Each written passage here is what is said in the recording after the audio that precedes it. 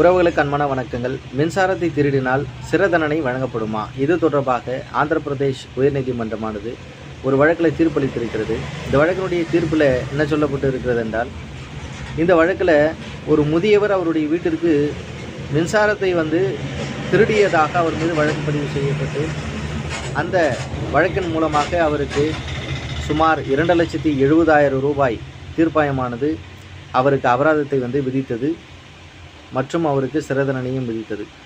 இதனை எதிர்த்து அவர் உயர்நீதிமன்றத்திலே ஒரு மனு ஒன்றை தாக்கல் செய்து அந்த அபராத தொகையை குறைத்து மதிப்பிட வேண்டும் என்று சொல்லி அவர் கோரியதால், அந்த வழக்கை விசாரணை செய்த நீதியரசர் அவர்கள் 2,70,000 ரூபாயிலிருந்து 20,000 ரூபாய்க்கு அந்த அபராத தொகையை குறைத்து உத்தரவிட்டார்.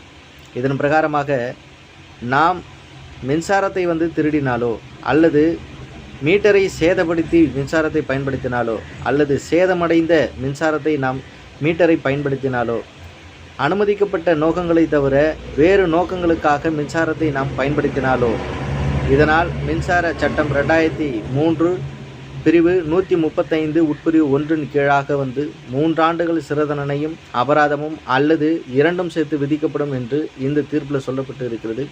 இதை பற்றி நீங்கள் தெரிந்து கொள்ளுங்கள். நன்றி.